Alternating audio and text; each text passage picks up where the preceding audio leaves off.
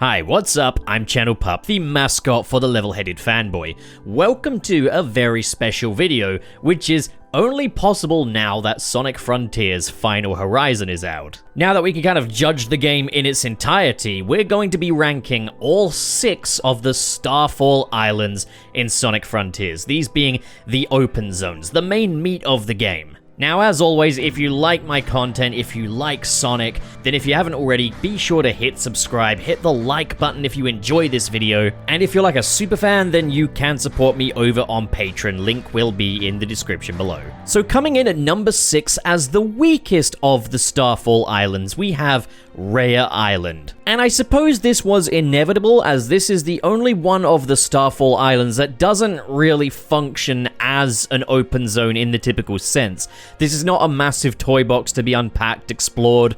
There's not numerous quests to embark on. What we have here is basically a very long, very open, but very traditional piece of Sonic platforming, if that makes sense. As Sonic must silence the 6 towers and uncover the mystery of the origin of the Chaos Emeralds. Now, that's not to say that this is a bad island by any stretch. In fact, there's a lot going for it. See, with the platforming sections just kept to the towers, this ends up being by far the most beautiful island in the game, as the landscape is uninterrupted by floating rails and platforms. You've got this really pretty waterfall and a gorgeous waterlogged forest. There's also a really cool platforming section in the pond that goes unutilized, but admittedly, it's still a cool platforming section, and I guess it's kind of cool that they did put a music token there, so you do kind of end up using this. It's just not to any kind of meaningful story degree. The music score here is fantastic. It really feels epic, climactic. You can kind of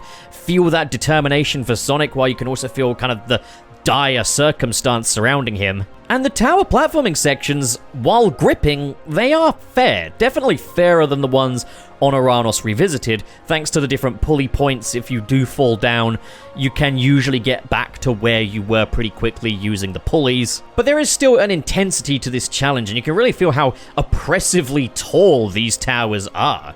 We've also got a lot of very exciting story events happening here, with the revelations of the Chaos Emeralds and where they came from. And even if this isn't an open zone in the traditional sense, it still provides some of the most fun challenges in this game. But yeah, it definitely has its weaknesses too. Even if this island served as more of a story event, I would have appreciated some more enemies and puzzles here for bonus unlockables, maybe skins or something. In Update 1, we did obviously litter the islands with the music notes, and fortunately Raya Island was no exception to this, so it does make use of some more of that space. But other than that, there's almost zero incentive to explore the rest of this island, making all this space and all these really nice landmarks just go to waste. It's also a bit deceiving to call this another island when you can very clearly see Kronos Island from Raya Island. Completely attached. It is legitimately the same landmass. You can even go to the Giganto boss arena. In fact, you have to, because that's where one of the towers is. For a place trying to pass itself off as another island, it doesn't make any bones about the fact that it is quite obviously just the top half of Kronos Island, which is a bit deceiving, as the game's marketing, even the loading screens, suggest that there are 5 islands, which implies that there's more content than there really is. It's also never explained as to why Sonic returns to Kronos Island. Sorry, you can't convince me that this is a different island, but there's no explanation as to how or why Sonic chooses to go here. Now, the lack of a Titan fight is to be expected, but still nonetheless it is a bit disappointing, as those are the highlight of the game. With 5 islands advertised as well, you'd also expect them to have their own appearance, yet this is the second grass-themed island in the game. Overall, yeah, Raya Island, it's pretty cool, it does what it does well, but I do wish they hadn't advertised this as another island, because it really isn't. In at number 5 is Ouranos Island, which is the final island in the game's main story, so on the positive end of things, it does look kinda cool in parts. I think the idea of a subdued final level is an interesting subversion, in that typically you've got this wacky over-the-top sort of Eggman base or something along those lines. Here, we haven't got that, we've got more kind of the meadow. And there are some things geographically that change things up a bit.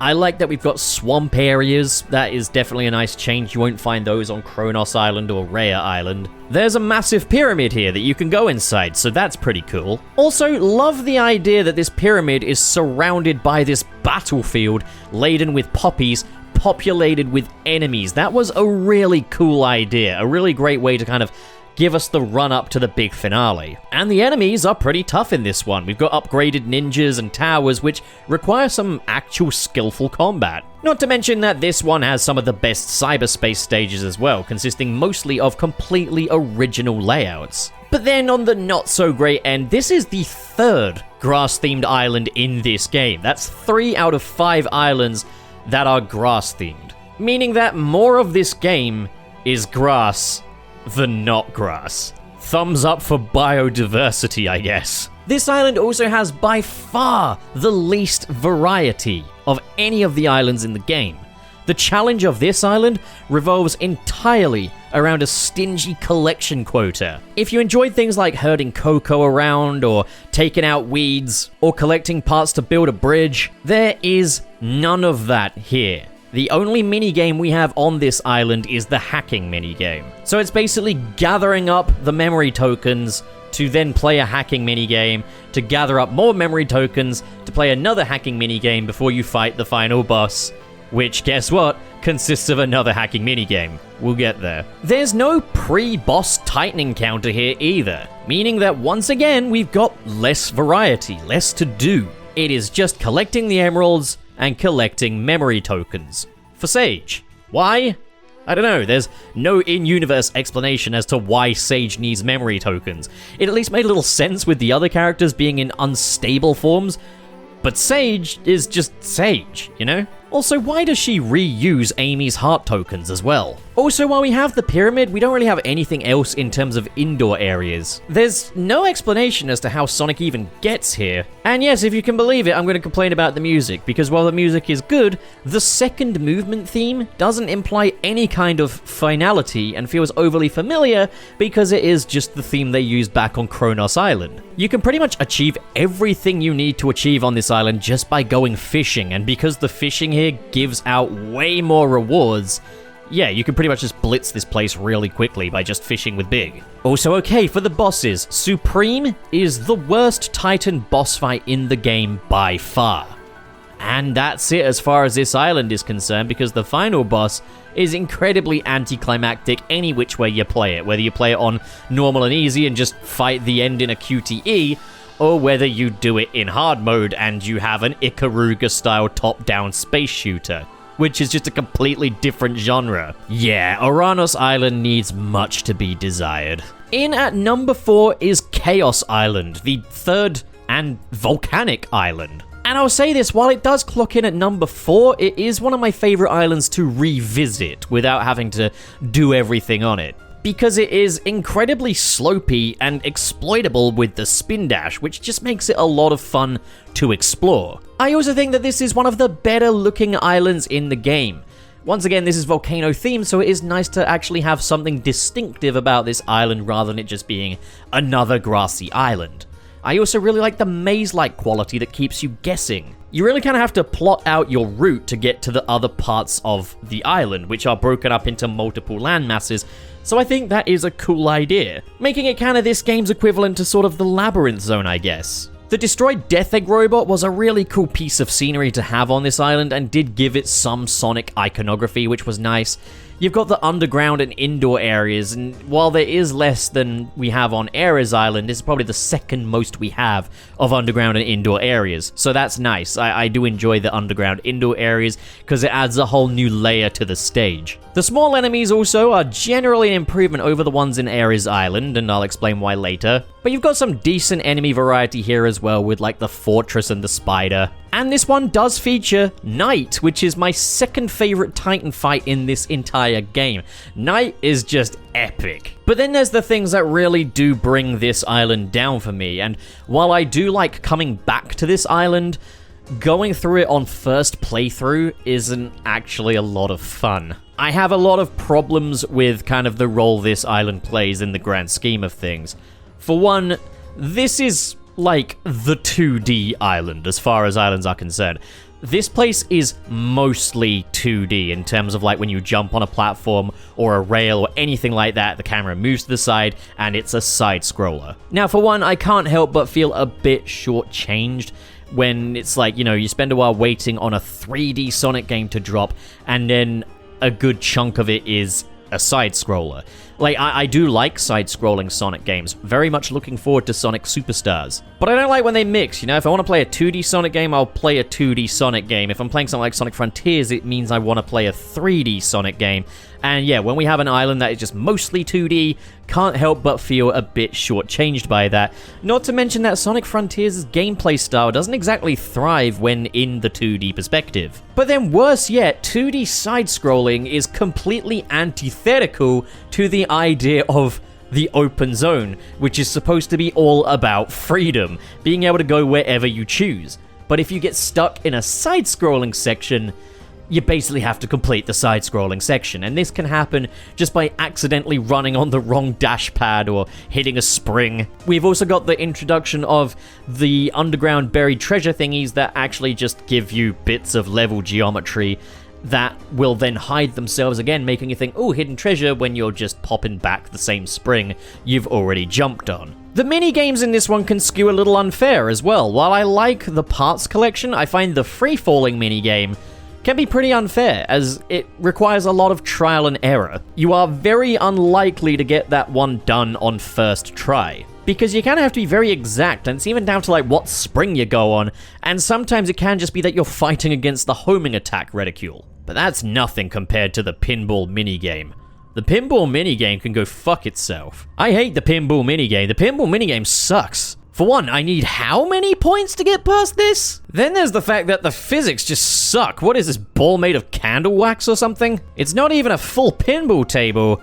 And then you've got these side pits, which can be just unavoidable. If the ball's gonna go that way, it's gonna go that way, and there's nothing you can really do to avoid that. Having unavoidable death obstacles on a minigame that only allots you a limited amount of pinballs and is mandatory that you beat, not to mention the fact that it takes so damn long, makes this easily the worst part of the game. Worse yet, this is the mysterious thing that's inside the volcano.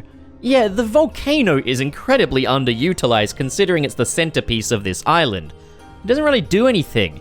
Aside from the pinball minigame, you don't really get to go inside and explore it. Also, Sonic is literally walking on magma, like how is he not burning to death? Chaos Island is a really, really mixed bag, but it is one that I do enjoy coming back to just to explore or get some extra quests in or something like that. In at number 3 is Ouranos Island Revisited. This is the version of Ouranos Island that you get in Sonic Frontiers Final Horizon. And yes, there is a surprising amount of difference between this version of Ouranos Island and the one in the base game. This one is a lot better.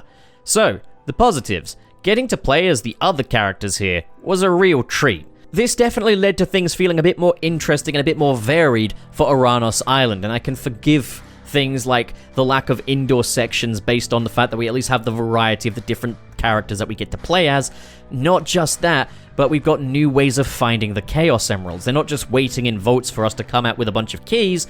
No, the Ancients are trying to hide them. Plus, for the side stories, we've got different NPCs scattered around this island as well, meaning that you can talk to a variety of different characters rather than just the one that the island is themed around. This island is also the most platforming heavy by far. There's less of an over-reliance on rails or automated sections, with more cleverly designed challenges. Then of course you have to unlock the towers using the Lookout Coco, which can be found around the island or by playing cyberspace, and the cyberspace stages on this island are some of the most inventive and original cyberspace stages in the game. There are some seriously unique ideas going on here, which I really, really enjoyed. As for the towers, there's some really cool stuff on display here.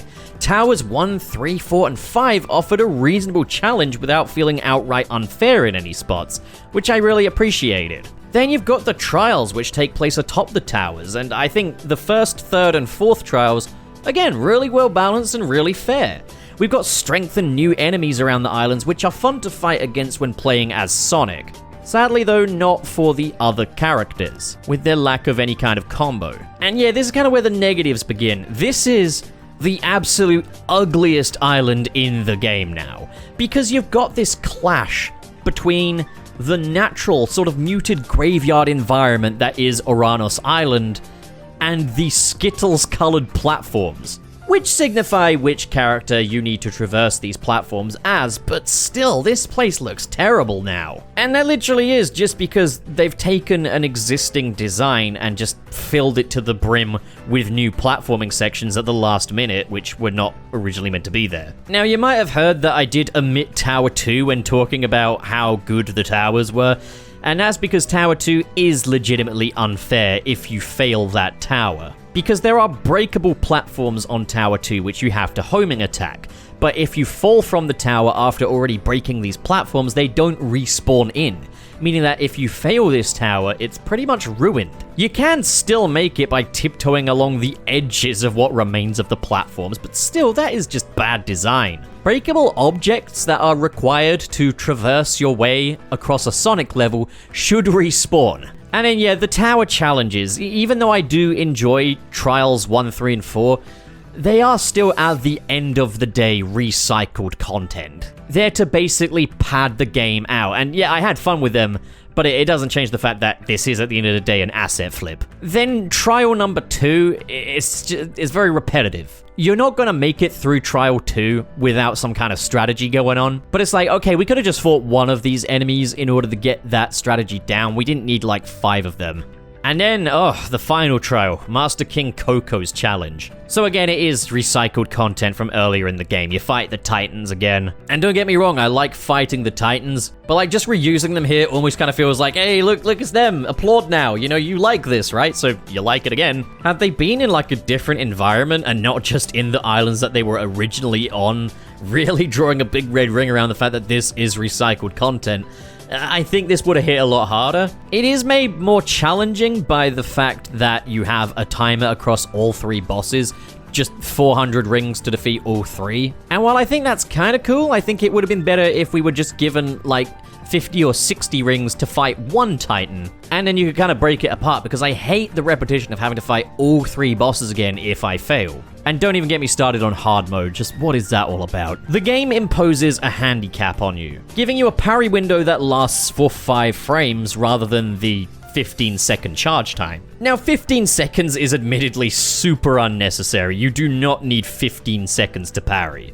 But the thing is, when the boss fights have a parry window of around, I don't know, 2 seconds or 1 second, having a frame-perfect parry is no good. You basically have to know exactly when a hit's gonna connect, but you don't want to do it just as it connects, because then you get hit.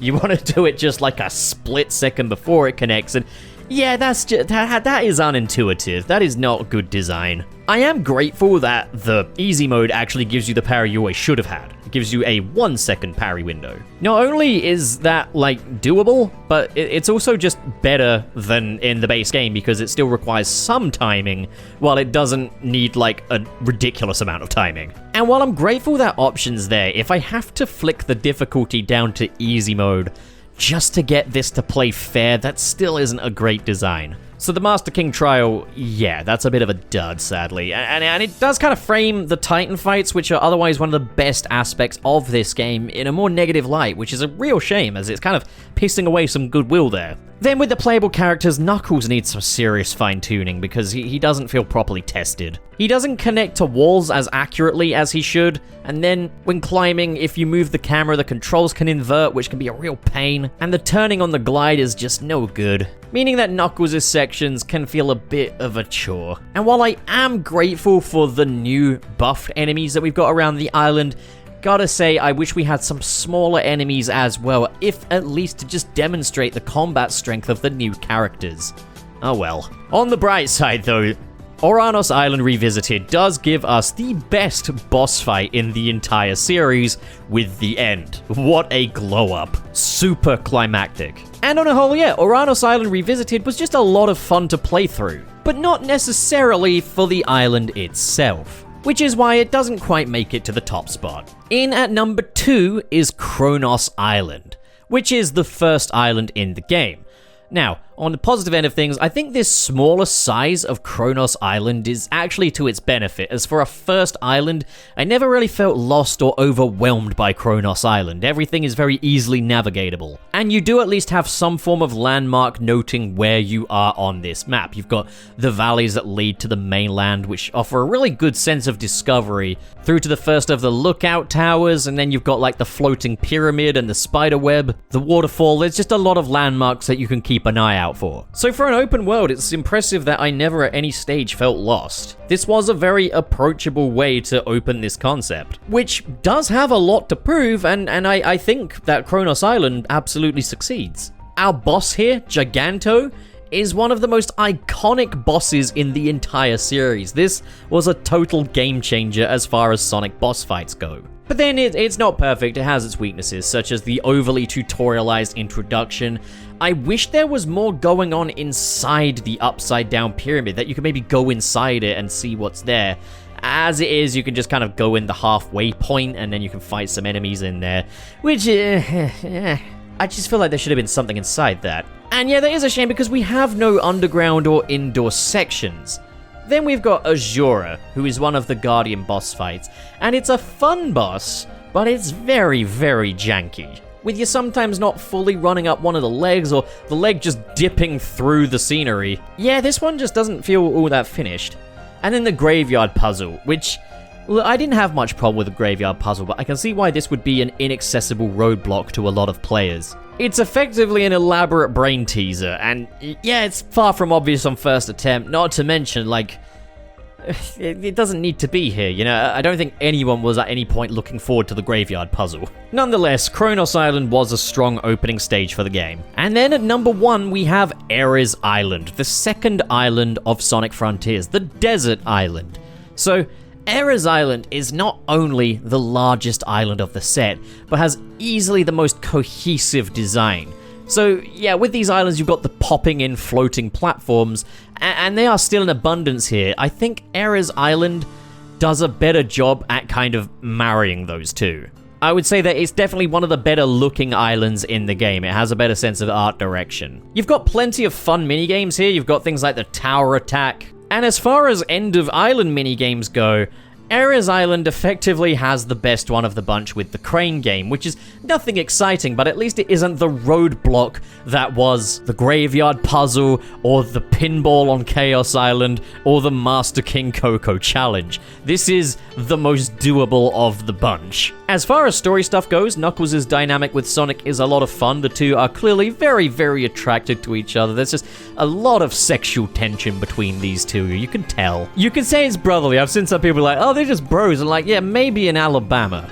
Maybe in Alabama. We've got loads of underground temples and caverns to explore with this island, as well as even a couple of great stretches of conventional Sonic platforming. This also is home to some of the best Guardian boss fights in the game. And then, of course, we've got Wyvern, which is a great Titan fight. It might not be my favorite. In fact, it's probably my second least favorite. But still, it's a solid fight. The only negative I can really think of for this one is that the shielding enemies can become a bit of a chore to fight. You see, that's why I said they were an improvement on Chaos Island. This is because they just put their shields up over the slightest little thing, and yeah, it can just get kind of annoying. But other than that, Ares Island is a home run of an island. And yeah, I definitely say it is the best of the bunch. And that concludes my ranking of the Starfall Islands in Sonic Frontiers. What do you guys think? Comment below, discuss. And hey, we've got Sonic Superstars just on the horizon now. Maybe it's already out by the time I upload this, in which case I'm cooking up that review. Also, Marvel Spider-Man 2 on the PS5, look out for that too. I'm gonna be a busy bee playing through these games and working on these reviews. But if you've enjoyed this video and you want to support more like it, be sure to hit subscribe, hit the like button, and in the description below is the link to my Patreon, where for as little as $1 a month, you can get the latest scoops on upcoming Pop Pictures productions, which is my little film studio. But you can also get your name in the credits of these videos. A special shout out goes to the patrons in the $10 tier. Their names are Glad Goku, There Denny, Gail Bennett, That Jordo, King K of Warheads, Super Hyper Mecha SP Mark II, Source Skeptic. Can you believe it, guys? Spider-Man 2 just a week away. Spider-Man 2 in just a week. Woohoo. I can't wait to see all 19 inches of... And then it ends there. They didn't finish their sentence. I'd imagine they're talking about Venom's toes. Venom's little toesies in the Spider-Man 2 game. I think he has toesies in that one. And I know that Adzinko loves toes. Don't you, Adzinko? If you're out there, tell him. Tell him how much you love toesies. And then, in the $5 tier, we have KLX, Richard Rogers, SSS06, Dazzle Fizzle, and Vera Wild. Thank you so much for your generosity, folks. And to those of you at home, thank you so much for watching. And have a great day.